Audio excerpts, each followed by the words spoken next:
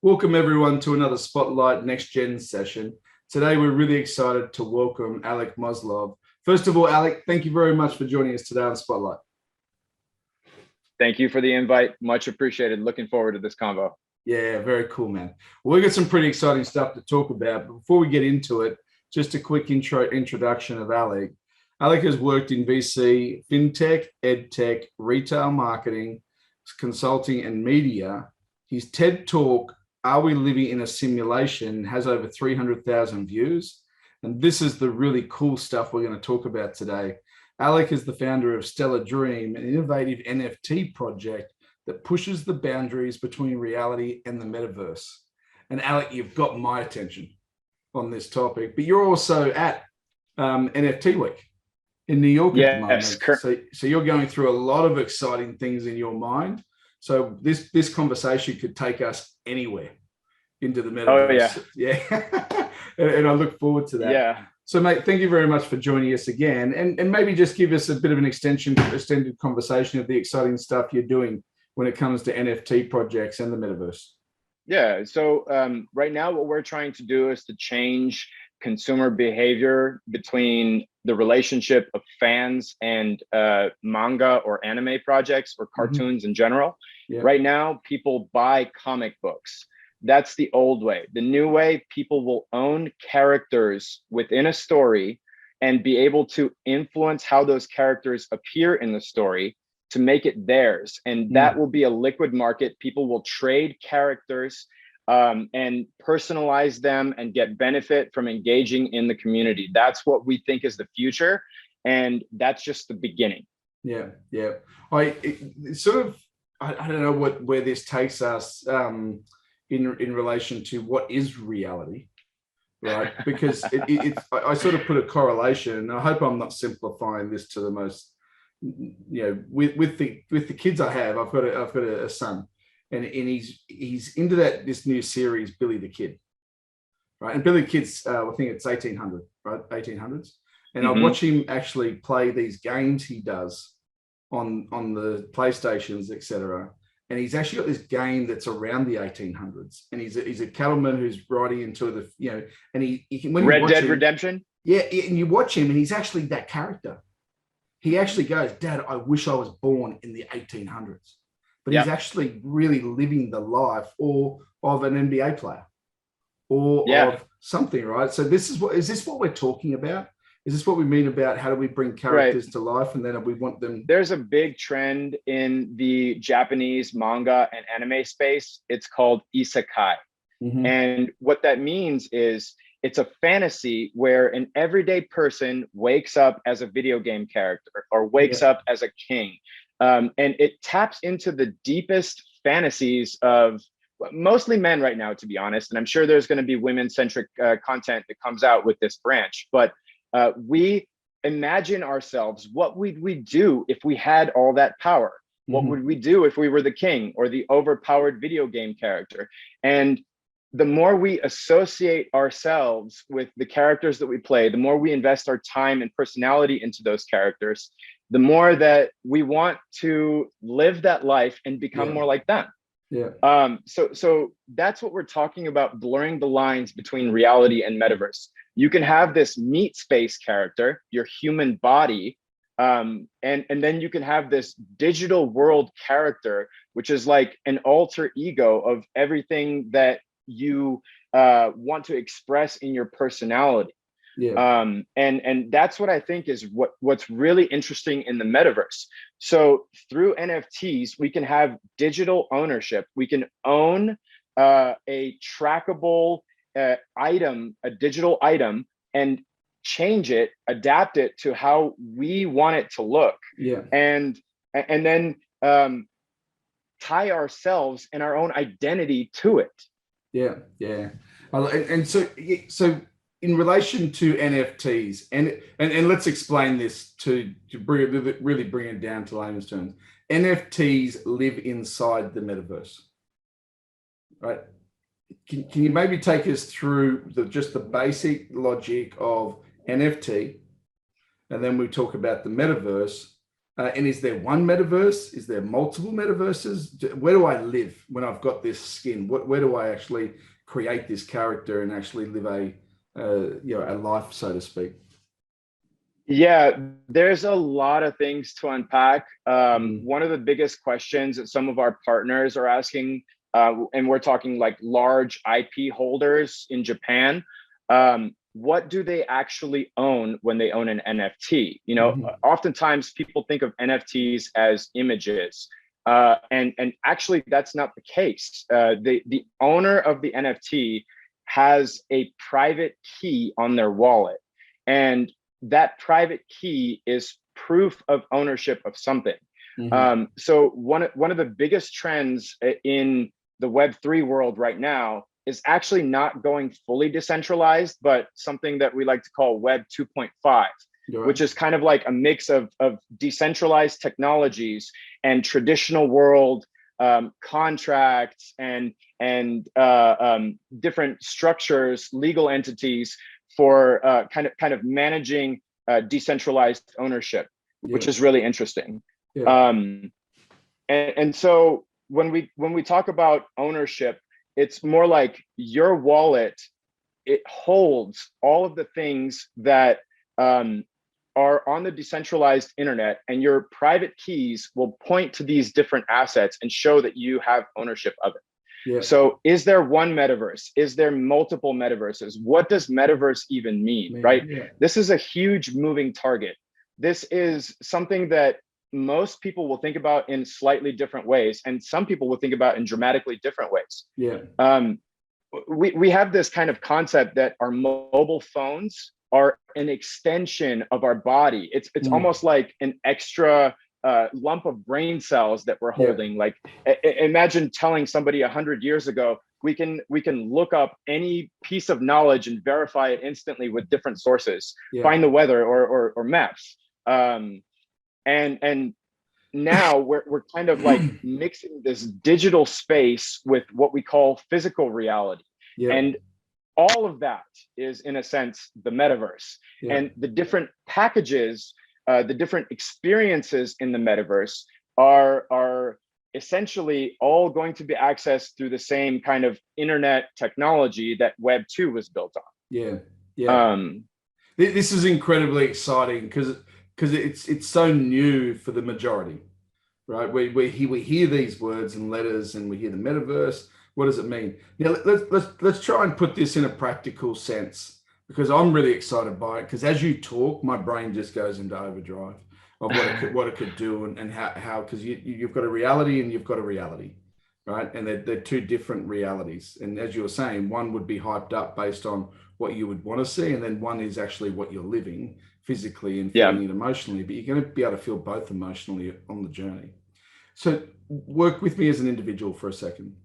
What are people typically looking to gain out of a NFT, and what are they looking to gain out of creating this virtual reality life or experience? So I have some bad news or good news, depending on how you stand on it. But the metaverse is not black and white.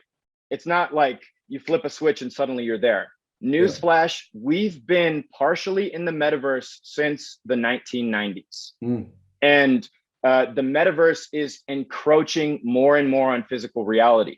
So what's the beautiful thing about what the metaverse is building? In physical reality, we have tickets for events that we go to. We have photos that we capture of memories that we make. We have social networks that kind of track our friendships and relationships.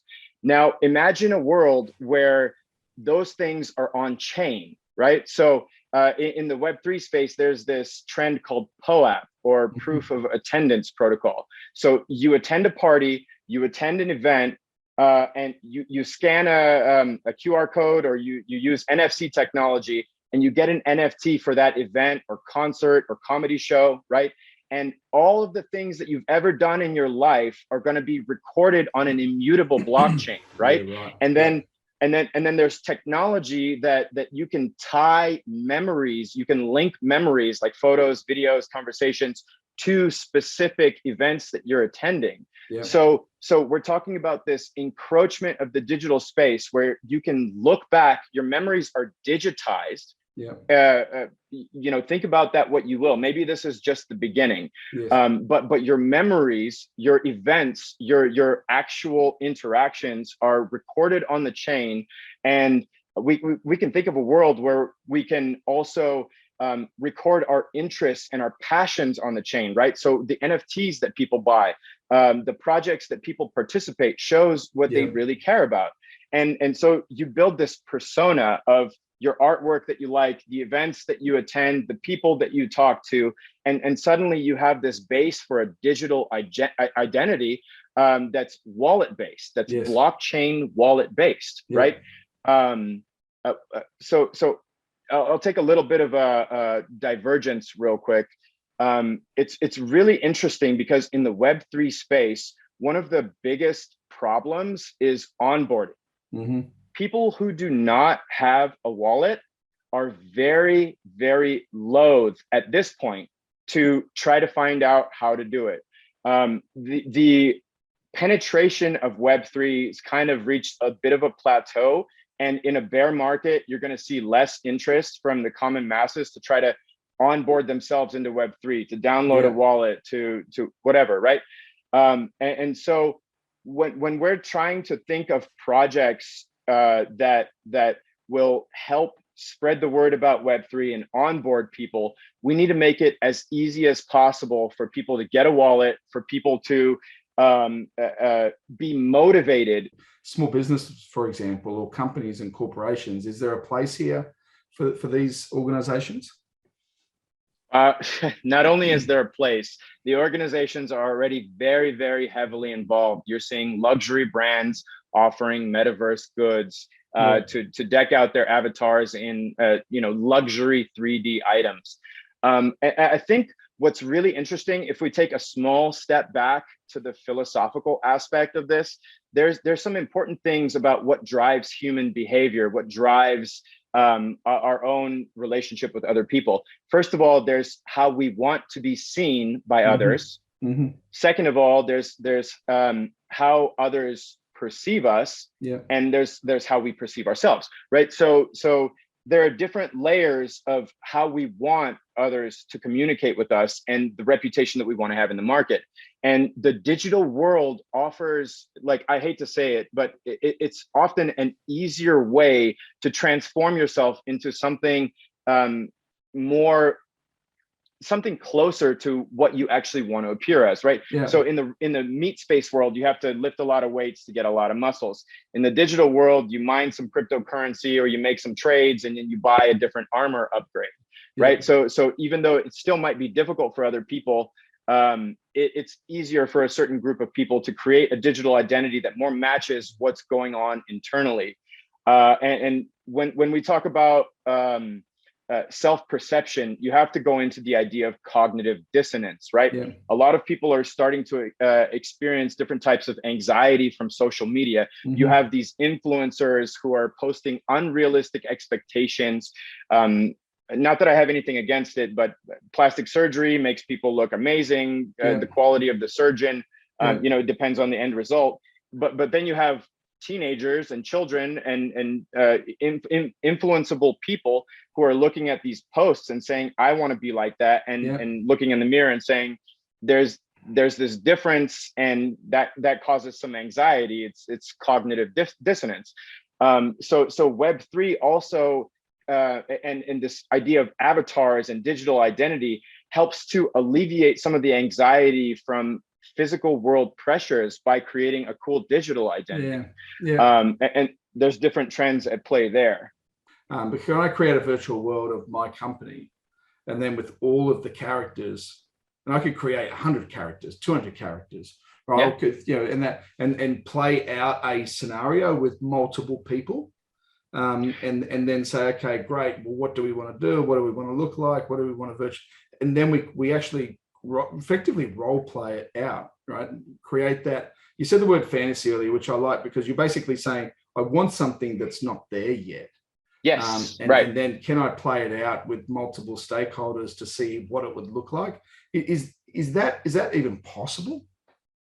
Yes, there's a lot to unpack there in what you're saying. The first thing that I want to touch on is imitating the physical world in virtual reality. My personal opinion is that this is not going to be very successful. Why would we create a digital copy of something that we can experience in the physical world if we have the ability to create something supernatural and something that really brings us to a different place, right? Yeah. If we look at the science of being by the ocean, for example, right? You have more oxygen flow, you have the noise of the ocean, and there's scientific therapeutic effects that go into this. Yeah. So if we try to imitate that in the digital world, for people who are, you know, in the middle of nowhere with no ocean in sight, we can with the purpose of trying to give those same therapeutic benefits. That's kind of like the first phase. But the question is, why would you stop there?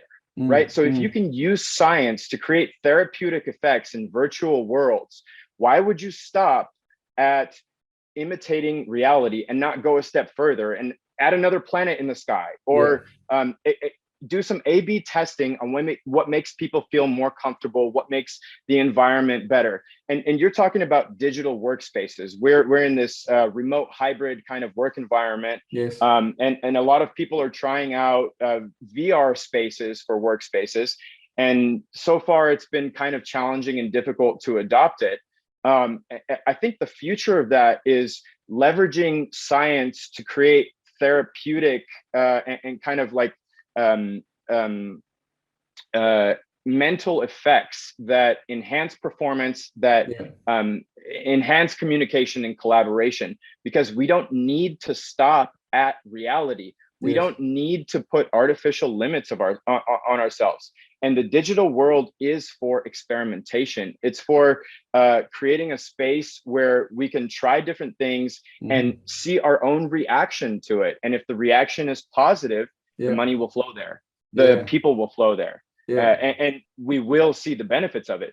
And if the reaction is, nah, I prefer Zoom over this VR office, people are going to keep doing Zoom for the time being.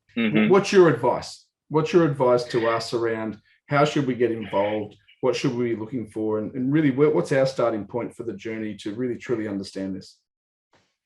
You know, what really resonates with me right now is that the metaverse is really for digital natives, children born with a smartphone in their hand.